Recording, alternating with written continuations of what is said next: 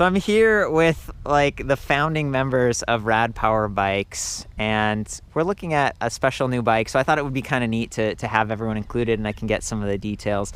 So we got Marimar, Ty, my girlfriend Moni. How's it going? Hello. And Mike. It's an honor to be here. In the past, we've looked at the Rad Rover. That's the big fat tire one. The Rad Wagon, which is like right over here with a drone on the back. Might use that later. And now we've got the RadCity, and I don't mean to miss out. There's also the Rad Mini, which is like the little one with the stomper truck tires. So I'm just going to dive right in and talk about this bike.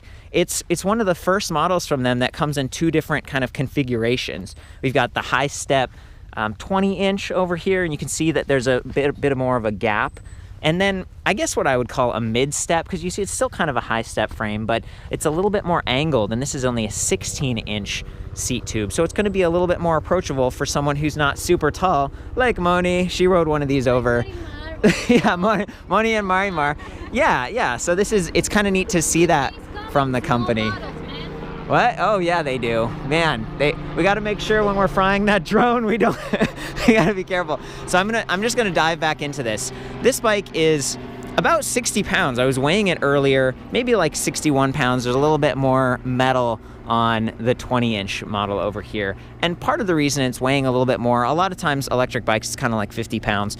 This uses a Gearless direct drive motor rated at 750 watts from Shengyi. This is the company that the first time I heard about it was on one of their fat tire bikes years ago. So looking at it now, it's like, it's really come a long way. It's smooth, it's very durable, and it has awesome regenerative braking. Some of the best that I felt, actually. You know, a lot of times companies, you know, they talk about this feature like, oh yeah, regenerative braking, and then it's like, well, what do you really get? You have the extra weight, there's a little bit of cogging drag. In this case, they've done it right. Like, you just barely tap on the brakes and you actually feel some regen. That's going to shave your brake pads over time. It's going to make it a little bit smoother to stop, and I like it. It's a neat feature, and it's sort of just an add-on, because the real benefit of a Gearless direct drive motor is that it's, you know, durable. It's tough. It's a little bit wider than their geared motors that you might see on the Rad Rover, but it's also narrower, it's thinner. And you'll notice these awesome spokes. These are 12 gauge front and rear. Very, very sturdy, 180 millimeter mechanical disc brakes, front and rear. Good stopping power. I call out kickstands more and more these days because it's just nice to be able to set the bike there and not worry about it tipping. This one's adjustable length, and it's set back far enough that you can pedal backwards. You can oil that chain if you want to, and you can back the bike up without colliding and having some issues. And I just want to say, I like the colors and stuff. This is just kind of a professional dark gray. It's not going to show dirt, but it has enough accents that obviously they're doing some branding. And then they've got these new bags, these new panniers that are custom fit to their rack. The rack is really amazing in my opinion, because not only is it sturdy, and they say 60-pound maximum load, but it has these special sort of standard gauge tubing with like a little clip rail at the bottom, so you can use traditional panniers if you want to. You can also fit things on like this child seat over here, because there's got this square in the middle that fits just right. So they did a lot of measuring. I mean, look how reinforced this thing is, and it has that rod down the middle. They've got an included light in the back. It isn't running off the main battery, so that's a bit of a like, you know, you have to remember to turn it off when you're done. You have to turn it on separately. It takes a little bit of an extra step, and there are 2 steps to get the bike on. You'll notice that there's a power button right here. That's 1 step. Then you come up here to the mode. That's 2 steps. So these are some of the like minor gripes. Also the fact that the controller is separate. So you see it right there. It's clamped to that seat tube down towards the bottom. I asked Mike about that, and he's like, oh yeah, you know, it's independently potted, which means it's sort of encased in resin, so it's really durable.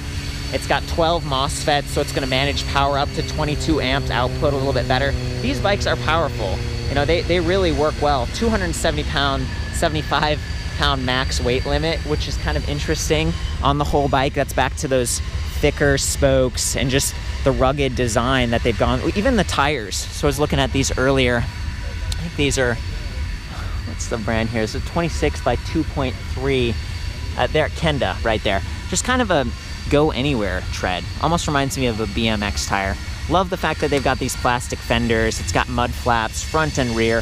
Just, it's so utility focused. And that was his point about the independent controller box. He's like, well, yeah, you know, it's separate from the battery, but that makes it a lot easier to diagnose issues or to replace that separately. Same thing with the display. You know, if you live somewhere like Seattle, where we are right now, we're at their headquarters, so we've been riding all around these beautiful spots. And it's like, you know, if there's an issue with the display panel, maybe it gets super wet or the bike crashes or something, you can replace that for like $70. It's a little bit more modular. You can even see the cables down here, and that's kind of nice. I want to call out, because I frequently miss this. This has an awesome USB port, standard size, right there at the base of the display panel. So in addition to having tons of information to easily access while you're riding, hopefully you can get that in there, right? There we go. You have a USB port on the battery, which is a little bit more vulnerable if you're pedaling. You could potentially snag that or bump it with your legs. And then you have one up here. I love that. I'm just a huge fan, especially if you find a way to mount your phone. It gets a little crowded up here. You can see there's the big, I don't know, thumb shifter, the SIS index shifter on the right. Your button pad over here for changing levels of assist. Maybe you're able to fit some electronics, but some people have like the little speakers and stuff. There's all kinds of cool stuff. Lights, like holiday lights that you can string all around your bike. It's awesome to be able to plug in and use some of this massive battery pack. They use Panasonic cells, some of the highest quality in the industry, Panasonic. And it's a 48 volt, 11.6 amp hour pack. So tons of capacity. That's enough to really get you going with that larger motor with the 22 amp hour output. Just a nice combination of features here. Pretty good balance. The battery is right there in the middle, is removable. You can charge it on or off the bike. I'm not a super fan of this little rubber cover thing, because once you pull it out like that, trying to get it back in takes a little bit of doing. And that's just a gripe that maybe the manufacturers over in China, where they're building some of this, they could go and maybe tweak that a little bit. Notice these down here, bottle cage bosses, and they're out of the way enough that even though this has a suspension fork, it's not going to collide with the fenders and stuff. It's pretty low though. You're trying to reach down here, it might be a little bit uncomfortable. And then in the past I've said, look, it has bottle cage bosses up here too, some on either sides. I was realizing this is wider than down here, and so it's actually meant for a rack someday, like a special front cargo rack. I've seen some prototypes and stuff. We probably have to wait a little bit longer to see that, but that goes along with these panniers and some of the other accessories that they sell, just to add even more utility to this, to give you some more carrying capacity. And I love that once the rack does come out, it's going to be an independent swing rack, so it won't turn when the handlebars turn. It won't like dump everything out and crash the bike. So they're doing it right. They're trying to perfect that design right now. Up front, we've got another light, the Micro by Spinninga, kind of adjustable angle. And this one runs off the main battery pack, which is great. So even though I'm griping about the rear run, at least it has two. That light's pretty well protected. The one up here runs on its own. And the suspension fork, it sounds like it's just a SR Suntour. This is probably not an air fork. I think it's just a spring and an oil, but it does have lockout. It does have preload adjust, and it blends in nicely. We also have a quick release gear up front. So if you're trying to toss this in the back of your car, you could take off the battery pack, take off the front wheel, turn those bars sideways. It's going to lay down nicely. No quick release in the rear, but they do have sort of an upgraded, maybe it's over here, kind of a 14 millimeter. Yeah, here we go. Check this out. It's like an extra little torque arm, 14 millimeter axle, a little bit stronger, and they're able to mount this disc brake it just kind of out of the way of the rack. This is a very custom frame. They've really scrutinized a lot of the details, and I was looking at some of the prototypes, and now this is the final production version, and I really gotta say, I think they did a great job. Little accents that I appreciate, like the Welgo aluminum alloy platform pedals, give you a lot of surface area, great grip, pro wheel cranks, just a nice attention to detail. 27.2 millimeter seat post. That's one of the areas that I call out frequently with hardtail electric bikes. You tend to go faster, at least 20 miles per hour. I think you can kind of get into the display panel by holding up and down and change some of those settings if you want to, maybe even go a little bit faster. But you're going at those speeds 20 plus miles per charge. It can start to wear on you. Yeah, 2.3 millimeter diameter on those tires is nice. Yeah, the suspension fork helps. Yeah, the rubber ergonomic grips are nice. The seats are decent, and they have like an integrated handle, which is nice. It's just, you're still feeling, kind of on your back and your butt if you're riding a long way on bumpy terrain. So being able to replace this with like a thud buster, a body float or something, that could be that final piece that makes this just feel really plush and nice. So that's something I call out frequently and just kind of worth considering. Love the Tektro levers, brake levers here. They have the integrated bell. Oh yeah, really, really loud, and a sort of rubberized edge here to kind of complement those grips. Note that these are not locking grips. They can spin a little bit.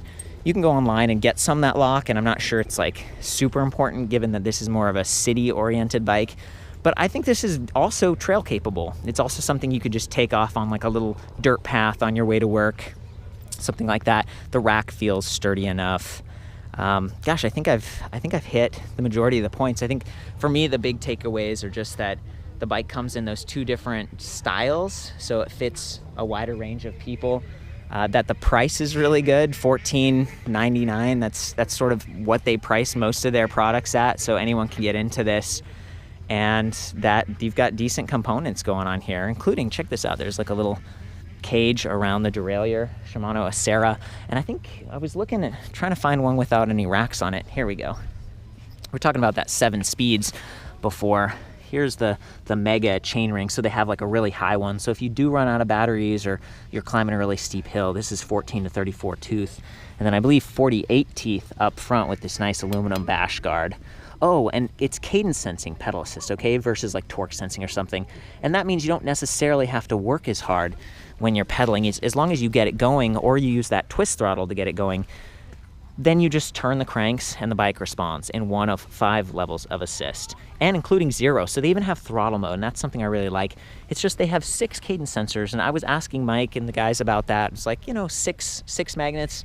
I see 12 now. Isn't that better? And they said, well, sometimes you're just barely moving your pedals, and you don't mean to pedal, so you don't want it to overactivate. And they said they've been getting it better and better, really dialing it in, even with 6. And I have to say, it's worked pretty well. That's just something I call out and I consider frequently. So let's go back to how this thing works. We've charged up the battery pack. We are turning on the display. Whoop. There we go. This one's already on. Press the mode button for a second, and it comes to life. Hopefully you can see that. We've got our speed in miles per hour, our odometer, 5 battery level ticks right there, not bad. And then pedal assist. We can go down to 0, and I want to try to tip this. Okay, I'm tipping it up on the kickstand, and then this switch is pushed in. Check it out. There we go. Whoa, pretty powerful and quiet. That's a big thing for me. Whoa. But notice how fast it slows down. See how it doesn't spin quite as long as if it was a freewheeling geared motor. There's just a little bit of a drag, and that's part of the deal when you get a gearless motor, when you have that regenerative braking functionality. So awesome. Throttle, even at level 0, full power. It's not sort of like nerfed based on the level you're in. Pedal assist 1, 2, 3, 4, 5. Lots of variety in terms of how you're going to ride. Twist throttle, got your shifters up here. This is another area. A lot of the guys were wearing gloves earlier when we were riding. They offered some to me, but it's just a beautiful day in Seattle, and I'm glad I didn't have to wear them. But if I had them on, I could operate that shifter fairly easily, even with gloves. That's just one of the little, I don't know, I guess I'm giving you a marketing speech here. I kind of prefer the little tiny triggers, but that's one way to look at those shifters, is like, hey, if you're in the rain, you got the fenders and everything, you can still use those shifters pretty successfully. And I think the final piece on ergonomics on this bike is that they've now got this zoom adjustable angle stem. So you can really bring it up high, and they've even got these sort of sloped, I call them mid-rise bars. So it sort of protects the display, and it brings the bars back up, or you can tip them forward if you're taller to extend the reach, or back if you're shorter. Just a lot of good choices here all around. I think it's a pretty sweet bike. I was hoping you could tell me a little bit more about the controller and some of the decisions you made about the MOSFETs and about the, we were talking about how this is smoother and it doesn't have that cogging feel where you feel a little bit of a change in the speed of the wheel dynamically as you're riding. I don't know. Talk geek with me. Yeah, geek so out with me. We're fortunate now that there's so much kind of direction and positive flow happening towards electronics, because motors have been largely the same for 100 years. Yeah. But now it's more about dialing stuff in for e-bikes. So we just launched, this is our new sine wave controller that's going to start in the RadCities. There we go, the sine wave controller. Yeah, that's it. Yeah, so we've been using a sine wave controller in the Rad wagon since we launched it, but we made some adjustments to it so you feel even less cogging than you did originally. So now it's like buttery smooth. So if people have ridden geared hub motors, they know the whir the gears make. Yeah. If they've ridden direct drive bikes, they can feel that, like a little bit of cogging. Mostly silent, but a little bit cogging. Can you describe that? I mean, I'm trying to describe cogging. I often say it's like when you spin the wheel, it sort of coasts back to stop a little faster because there's a drag. But what you're talking about is that feeling of like the magnet repelling, not repelling, repelling. That's it. So there's 3 phases in a brushless DC motor. So that's what you're feeling really, is kind of those pulses happening. A sine wave controller evens that out. So our bikes have always been very smooth because they've had sine wave controllers, but now they've just gotten that much better. Just basically through volumes. By building more bikes, we're able to apply more time and energy into like really dialing in that kind of stuff. Sweet. Yeah, it's definitely been quiet on our way here. It felt like it was smooth, and it felt pretty powerful considering that it's a gearless motor. Even with the throttle, it's like, you go. Absolutely. So that's a big part of it. All our bikes are 750 watts, and it really pays off with the direct drive motors because you get all that silence and efficiency and regenerative braking and simplicity, but you don't lose the excitement you get on an e-bike because there's power. I also wanted to compliment you. You know, we're looking at some of the like pre-production models like this. You'll notice that the cables are run through the top tube versus the final production, they run them through the down tube. And for me, you know, a lot of times I'm trying to figure out how to get my bike to places. Yes, you commute with it sometimes, but there are other times where it's like, I just want to put it on my car rack, and then that way the cables are going to stay out of the way. You can take that battery off. Correct me if I'm wrong, this is a 48 volt, 11.6 hour pack, so pretty phenomenal. Do you pay, a whole lot extra for the or you're doing Panasonic? Yeah, that's like the highest end one battery. Yeah, it is. Yeah, so it's an expensive battery for us, but I mean that's the heart of the heart of the bike. So. The other thing, lately it's like, oh, the Samsung phones, and careful, like you want to take good care, but we have that much energy concentrated. Do you have any tips about charging and stuff? I mean, you're using the best batteries. They're 18650 cells, so even if your controller something happens, the batteries themselves are pretty stable. Yeah, so there's protection at the battery, at the cell level, at the battery management system level, in the battery pack, and then also at the charging level. So there's multiple layers of protection in there. So it's really just like any electronic device, you charge it. The batteries that are in the Galaxy 7s, that's a completely different, that's a prismatic cell. These are cylindrical cells. Yeah. And this cell's been around even though it's new to the e-bike space. It's been, the 2900 mAh cells have been around for so long. It's kind of got the kinks worked out and everything. It's a bigger pack physically. It's bolted onto the outside, but I was also talking about the controller, how it's like, well, then it's a little bit more modular. You can diagnose issues better. You can fix it up if you need to replace it. The battery is about 7 pounds. The motor on these is 9 pounds versus, do you know how much the geared motors are? Yeah, the geared hub motors, the rear wheels like closer to 7.5 pounds. Oh, so you get a couple extra pounds. That's what we were talking about. I mean, this, for all the stuff on it, considering you have a suspension fork and a rack and stuff, 60 pounds is like, okay, but it is heavier, and the trade-off is the durability of that motor. Yeah, durability and comfort. Big tires and big wheels, spokes. Pretty much everything on the bike's just oversized because we come from like the DIY e-bike background. So this is more like a bike that we would build for ourselves, so it's easy to repair. The controller is external, but that means it's easy to access and check the plugs and connections. Everything about it's just kind of more tailored towards like comfort, speed, getting around town, durability. When you hit the price point, I mean, I was griping a little bit like, that light's not wired in, right? It's like separate. But then wiring in, and you got wires coming all across the frame and stuff. Yeah. Was that decision? Absolutely, and tail lights as well, like on a single pair of batteries. Even if you leave it on for a day or two at a time by accident, it's when like you're blinking, running to work, right? It's blinking, and it's going to last you for 3 or 4 months, even if you're not very good at turning it on and off frequently. That's a good point. So rechargeable AA's, and it's okay. I think I've hit like almost everything else on the bike. Maybe it's time to just hop on and ride back out. We rode all the way here, and again, we were so lucky. It's just a beautiful day here in Seattle. We were talking about rain earlier too, and I was talking about shifting with gloves and how that shifter is pretty, you can still do it with gloves. It's not like super tiny, but you were like, sometimes it's raining really hard and we leave the bikes out and they're fine. I was like, okay, because people ask about that. Do you have any other comments on wet conditions? We got the fenders, we got the, it's like they hold up pretty well. I grew up in Northern California, now living in Seattle here where we're running Rad Power Bikes. Yeah. I've always lived in rain, so that's why all of our bikes have fenders or fenders available for them. the biggest thing with e-bikes is just parking it somewhere dry at night. Yeah. As long as things are able to dry out, then you're in good shape. Okay. If it's torrential downpours, you want to treat your bike just like you would your standard pedal bike. Don't leave it sitting outside all day while you're at work. And don't flip it, right? I've heard like everything's designed to kind of like the water should go down. And if you flipped it because you're working on the tires, make sure it's not wet because the water can go the wrong way or something. Yeah, that's preferable, especially like where the wire exits the rear motor. For example, it's almost like a drain. It's a wick. So. Dude, okay, this is another area I was really impressed. Yeah, there we go. This is the latest iteration. I was talking all about how the brakes and everything's are mounted down here, but check out the motor cable. Oh, am I on? It's this side. This side. There we go. It's so hidden right here. Now it comes kind of down at an angle, and it's protected by the seat stay, the chain stay, and just this whole area is a little tougher.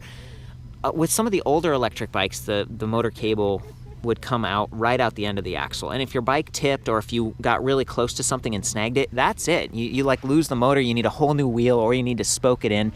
So that was kind of a neat, like robust upgrade, I thought. It's kind of nice to see. Yeah, so with a direct drive hub motor and with regen, you have the axle rocking back and forth.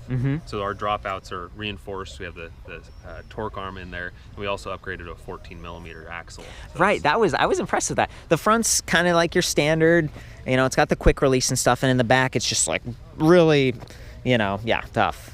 Cool. Okay, well, should we grab the other people? And yeah, sounds great. Do you want a wheelie? Do you want a wheelie? Can you wheelie? The whole parking lot if you want. Really? Oh my gosh. So I'm going to start off in pedal assist level 1. Hey, I'll see you guys in a minute. Bye-bye. There we go. This is kind of nice. Like, a lot of times I'm anxious about cadence sensors that they're going to just jerk me right away. When you're in level 1 though, I mean, look how smooth this is.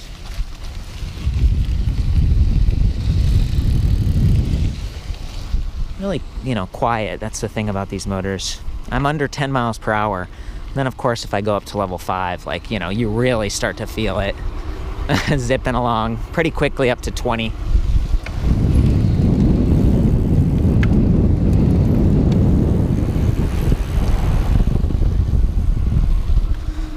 Yeah, I think Mike's back there. Are we gonna drop out into the parking lot here? Yeah. Sweet. Oh man, he's got his gloves on. That means he's serious. I'll just ride next to you. So this is a demonstration of power. Oh my gosh. We're doing the wheelies. That's impressive. These are, you know, it's a little bit heavier, but it's balanced enough to be able to do that. Oh yeah. That might be a rack test too. Get some panniers on there. It's a skill I haven't cultivated. Maybe I can just ride next to you and show the motor a little bit here. Got the speed bump. You can hear it a little bit, but it's actually really quiet. You know, I'm definitely a fan of that. So you can see down here we've got a neoprene slap guard. I love that. And we've got our Sarah 7-speed. I'm gonna do some shifting, and I'm also gonna do just some throttling. I might start out that way, just throttling it so you can hear the motor activating.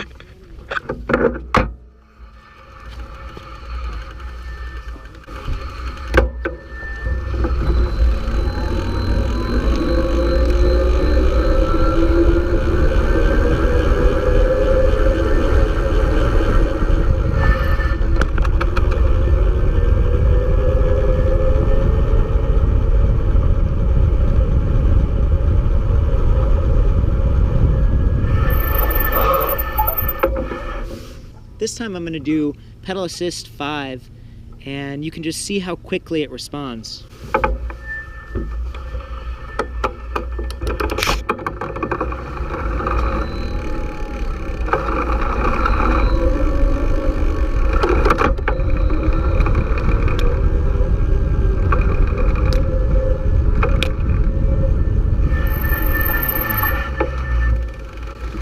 What I was talking about before, that it actually, it's surprising for a 6 magnet sensor. It's working pretty well. I feel like they dialed it in.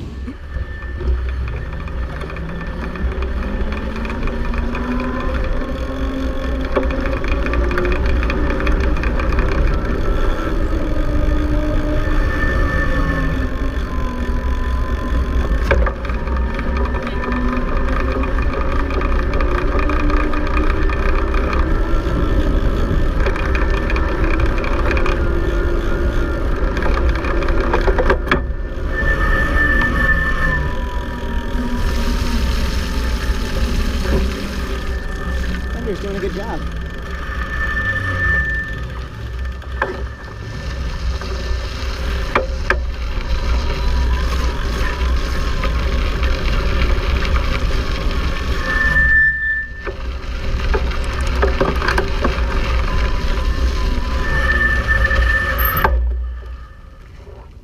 One of the things I like about the hub motor on a bike like this is, you know, it's smooth and it doesn't interrupt your shifting at all. You've got instant power, kind of full power. It doesn't matter what gear you're in. It doesn't matter if you pedal at all. So it's a good design. I think that's why companies like Specialized had done it with their turbo, their original turbo. That's why I think we still see those gearless direct drive motors. Just this kind of application, it really works well. A lot of people talk about just like suspension, you know, does add some weight and stuff. For me, it's a very comfortable little extra, but you can lock this one out. So I like that. It's a nice little upgrade. And look at, they've got the stainless nipples as well on those spokes. So I wanted to spend a minute and show how this performs on hills, because gearless motors, they aren't as torquey. And you know, I'm only 135 pounds, so climbing tends to be easier for me. I'm just gonna use the throttle to kind of go up a little ramp and then up a bigger hill, and we'll see how that goes. Just again, give you some idea. This is what we're climbing. There's stairs on the left, and then there's a ramp on the right, and I'm gonna see how it does. Here we go. You can see it's struggling a little bit right now. We're not going super fast, but we're making it. And again, that might be because I don't weigh a whole lot, and the motor's not being super loud. You know, 5 miles per hour climbing that, did it, no problem with me, okay? So just temper your expectations. It's not a mid-drive, it's not like a just climb it, no problem kind of thing. It's a smooth, quiet, efficient, durable kind of a motor design. I also noticed that the battery sort of drops on capacity when I'm climbing. I think it's measuring the voltage of the battery. You see it just dropped to 3 bars, 2 bars out of 5. And when I was on the flats, it was on 5 bars. But, you know, here we are climbing again. This is a relatively steep hill. I'm not even helping it, and we're up to 10 miles per hour. As soon as I start pedaling, then it's easy, you know, it gets up to 12, 15 miles per hour. So for a commuting application, for someone who's willing to pedal along, it's that trade-off, durability versus high torque, instant power. The other thing I wanted to showcase is, now that we're at the top of this hill, it's that regenerative braking. I mean, it's so nice to be able to just tap the brake just a little bit and you immediately feel the motor kicking in.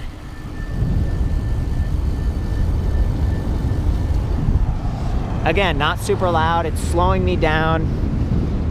I think that's gonna save a lot of hassle over time, changing brake pads and everything, because they do wear down. So it's kind of a nice little extra. It's not just marketing, that the regen actually does help. But from what I've heard, from what I've gathered from kind of the engineer types at these electric bike companies, you only get like 10% efficiency. So people are always asking, oh yeah, can I charge the battery by pedaling? It's like, well, yeah, but when you factor in buying food that wasn't grown locally, that was shipped there by a truck with gasoline to your grocery store, that you grab, that you unpackage, that you cook, that you ingest, that you convert to mechanical energy, that you pedal, that then gets, more energy get lost in heat when you're converting from mechanical back to electrical. Again, it's not like a super efficient way to charge your battery, but it is a neat way to slow you down and to do something with that extra juice. Hey. Oh yeah. Are we ready to do some drone shots, guys? Yeah. Are we? Do it. I'm ready. I'm ready too, Marimar. So what we've got here is some classic drone recording by Mr. Mike, following me up the hill. Keeping me in frame just barely, doing a good job, really hanging in there. This is the hill I climbed, and it worked pretty well, as you might remember when I was holding the camera a minute ago. Later we all got on our bikes and just cruised around together, sort of in formation, and I was really impressed with how easy it was for Moni and Marimar to stand over the mid step. Like, no, it's not super, super low step, but just getting on and off at stop signs where it's easy to kind of bump your leg. It didn't seem like they had an issue with the frame that way. So here we are, kind of circled up, hanging out, and this is my favorite part here. I've got the kickstand deployment. Here it is. Kickstand, deploy. Yes. Man, this has been so much fun, Mike. I really appreciate it. Bringing the whole team out and just kind of catching up. You guys are doing a great job, and the company's been growing a lot, and you've got that new store in Seattle. Where is that at? Northwest Market Street in Ballard. Yeah, there's like a bike path right there. So, we've had a good time. It's fun to get to look at these bikes, but especially when you get like that firsthand, up close, really detailed feedback, and that's what we did today. So I've recorded as much as I could in the full write-up back at ElectricBikeReview.com. Check it out. Chime in if you've got this bike, you have any other feedback. And I think that's good. Ride safe out there. See ya.